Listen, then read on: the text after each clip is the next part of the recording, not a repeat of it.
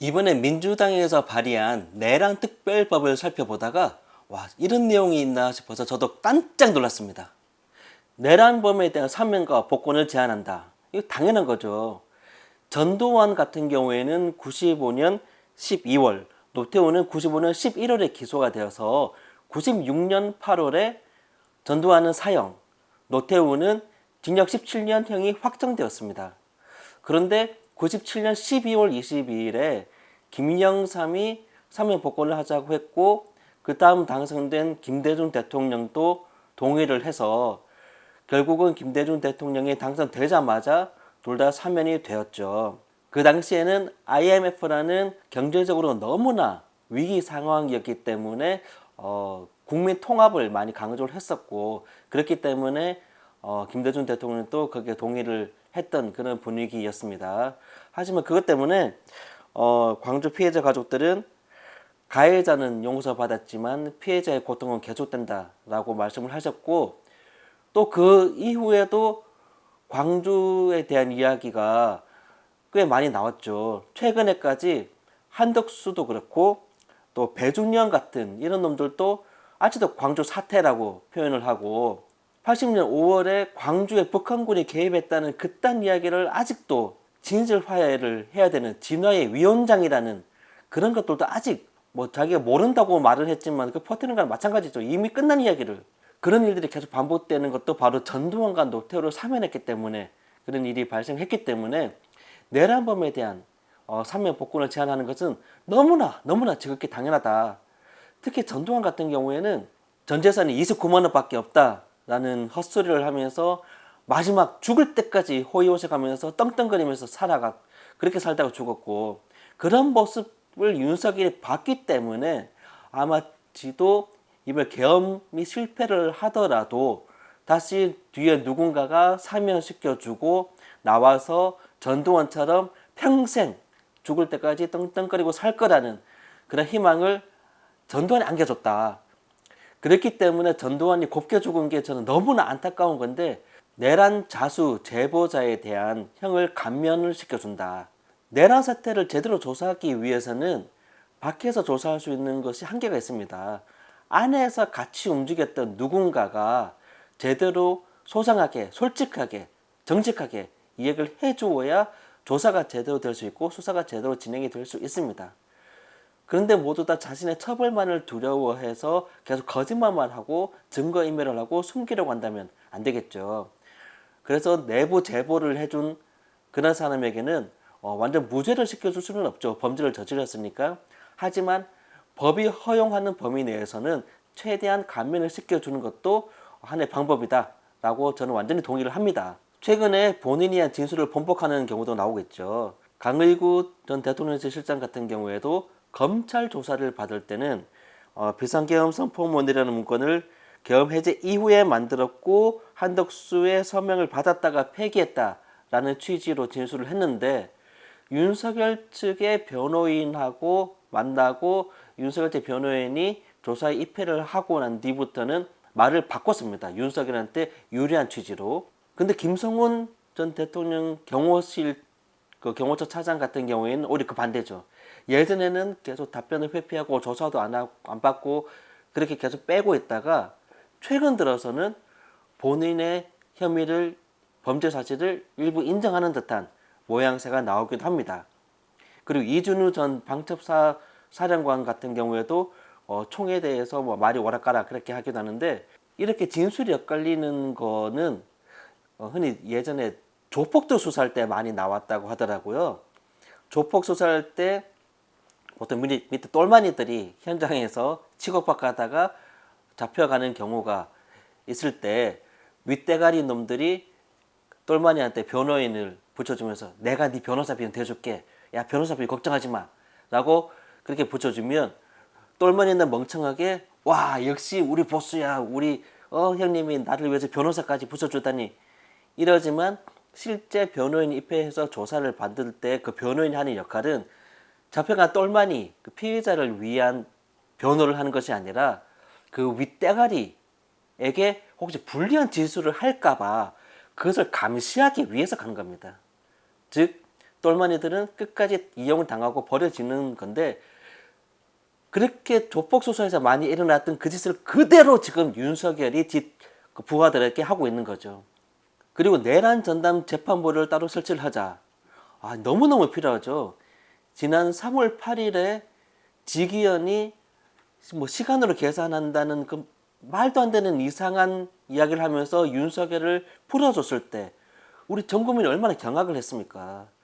그런 일이 또 일어나지 않으라는 법도 없고, 게다가 지금 지기현이 윤석열을 재판하는 과정에서도 윤석열이 원하는 모든 편의를 다 봐주고 있고, 재판 길도 느슨하게 해주면서 밖에서 누릴 수 있는 온갖 자유 호사를 다 누리게 만들어준 게 바로 서울중앙지법의 지기현 부장판사입니다.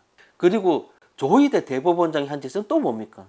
이들의 행태를 봤을 때는 지금 현재 사법부를 우리 국민들이 어떻게 믿을 수 있냐고요. 검찰이 조사를 하는 거에 있어 가지고도 사람들이 믿을 수 없는 행동을 검사들이 너무나 많이 해왔기 때문에 특별한 검사를 임명해서 제대로 된 조사를 하고 제대로 된 수사를 하자, 그렇게 특검이 지금 움직이고 있잖아요. 그런 것처럼 당연히 사법부도 지금 현재의 사법부 말고 이 내란죄라는 이 어마어마한 큰 죄에 한해서만 특별하게 따로 재판을 할 수 있는 그런 재판부를 만드는 것이 저는 당연하다라고 그렇게 생각을 합니다. 그리고 내란범 알박기 인사에 대해서도 좋지 않게 당연한 거죠.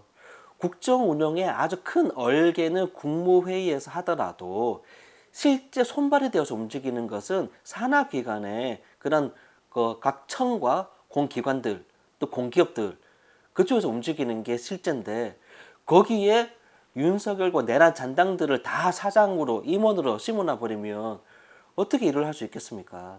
만약에 임기가 다 되었다 하더라도 대통령이 헌법 위반이라는 큰 범죄로 인해 가지고 국회에서 탄핵이 되어서 직무가 정지되었다면 그 다음 공은 헌법재판소로 넘어가기 때문에 그때 판결 나는 동안 한두 달 정도 기다렸다가 그 다음 사장을 임명하고 그렇게 해도 되는 거죠. 그 한두 달 동안 잠시 대표가 공석이고 뭐 그렇게 회사가 운영 안 됩니까? 그 기관, 그 청이 운영이 안 됩니까?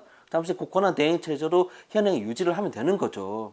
그걸 굳이 급하게 임명할 필요가 전혀 없었는데, 헌법재판소의 판결을 보고 헌법재판소에서 이거는 헌법 위반이 아니야, 다시 복귀해 하면 다시 복귀해서 임명해도 되는 거고, 근데 헌법재판소에서 판단했을 때 이거는 헌법을 위반한 중대한 범죄 행위야 라고 한다면 당연히 잘라버려야 되는 건데, 잘릴지 안 잘릴지는 모르는 그러한 놈이 계속 임명을 하게 된다. 그런 세력들이 계속 그 다음에 몇 년 동안 더 운영을 해야 될 그 사장들, 임원들을 임명한다? 이거 말도 안 되는 헛소리죠, 이거는.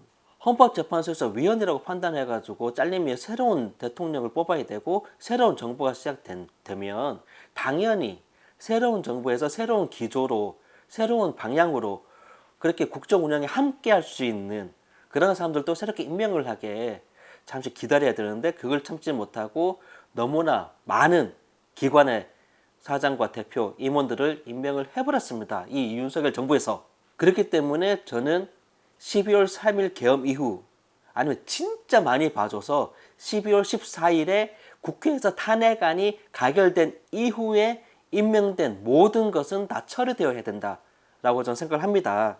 경찰청의 박형수를 비롯한 무리한 승진부터 해서 한국노고청공사의 김인중, 한국석유관리원의 최춘식, 창업진흥원의 유종필, 남부발전감사위원회 장재원 보좌관, 한국관광공사, 한국마사회, 한국에너지공단, 한국전력기술, 기술보전기금, 콘텐츠진흥원, 한국가스안전공사, 국토안전원에 이어서 3월에는 EBS 사장의 신동호까지 권한대행체제에서 무려 53곳의 사장을 비롯한 임원을 임명했습니다. 그 인원수가 96명이라고 합니다. 게다가 4월 4일에 대통령이 헌법재판소에서 파면이 되고 난 이후에 대선 기간 중에만 14명을 더 임명을 했다고 합니다. 당연히 얘네들은 임명을 취소하고 지금 새롭게 시작하는 이재명 대통령의 국민주권 정부의 인사로 채워져야 국정 운영이 원활하게 잘 돌아갈 수 있는 거죠. 그리고 마지막으로 내란범 배출 정당에 대한 국고보조금 제한입니다. 전 앞에 4개도 너무 이거 당연한 거고 훌륭하다라고 생각했는데, 제가 너무 마음에 드는 게 바로 이 마지막 다섯 번째, 국고보조금을 제한하는 것입니다. 국고보조금은 1980년에 전두환이 만들어서 지금까지 이어져 내려오고 있는데 크게 세 가지로 나누어서 지급을 하고 있습니다. 첫 번째가 경상보조금인데 그거는 뭐 교섭단체냐 아니냐, 뭐 의석수와 득표수에 따라서 좀 차등 지급을 하고 있고요.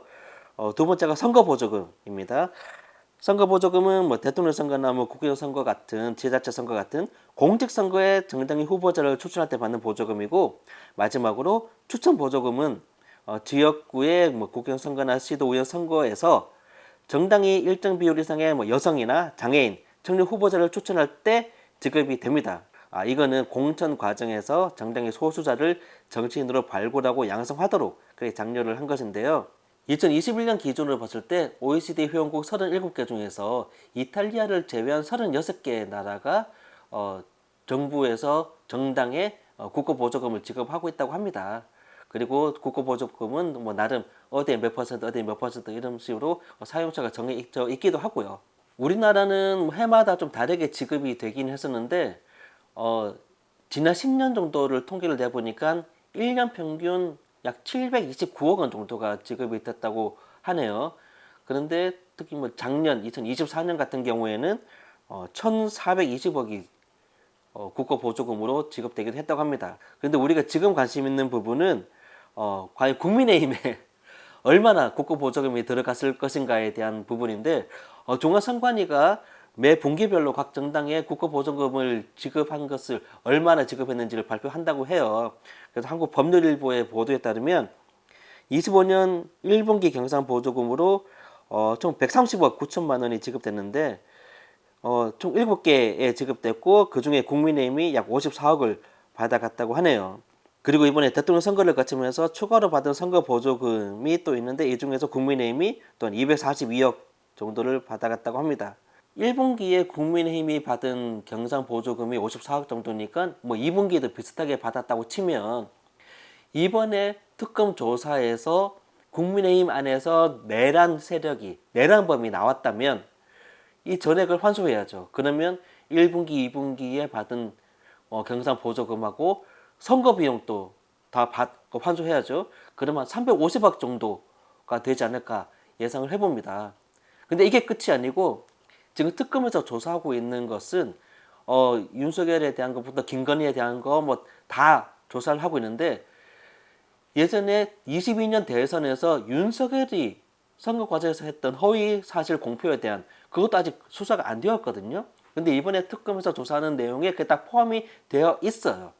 뭐 김건희의 도이치모터스 주가 조작 같은 이런 부분들이 같이 연관되어 있기 때문에 22년 대선 당시에 윤석열은 김건희는 전혀 관계되어 있지 않다, 뭐 그런 말을 했었거든요. 그렇기 때문에 이번에 김건희 특검이라든지 다른 특검을 통해서 조사하는 과정에 당연히 22년에 대선 때 윤석열이 했던 허위사실 공표에 대한 것도 나올 것이고, 그게 유죄로 판명이 된다면 대통령 무효형이, 당선 무효형이 될 것이고, 그렇게 되면 그때 받았던 선거 비용도 다 반환해야 됩니다. 한간에는 그 비용이 뭐 397억이라는 말도 있는데 어쨌든 최소한 몇백억이 될 것입니다. 그러면 지금 몇백억과 그때 몇백억을 합한다면 꽤 큰 금액이 될 거죠. 국고 보조금을 정당에 지급한다는 것은 어디 뒷돈 받지 말고 정당하게 정치 활동을 하게끔 나라에서 배려를 해주는 건데, 그걸 가지고 허위 사실을 만들고 내란을 일으키게 하는 그런 용도로 썼다면 당연히 환수를 해야죠. 이 내란 특별법은 이제 발의를 했기 때문에 또 소위에서도 회의를 하고 또 국회 본회의를 통과해야지만 되기 때문에 아직 당장 실행이 된다기보다는 아직 시간은 많이 걸릴 수 있습니다. 하지만 시간이 걸리더라도 저는 반드시 해야 되는 내용들이 담겨져 있고, 또 지금 민주당은 반드시 해낼 수 있을 거라 저는 그렇게 생각을 해봅니다.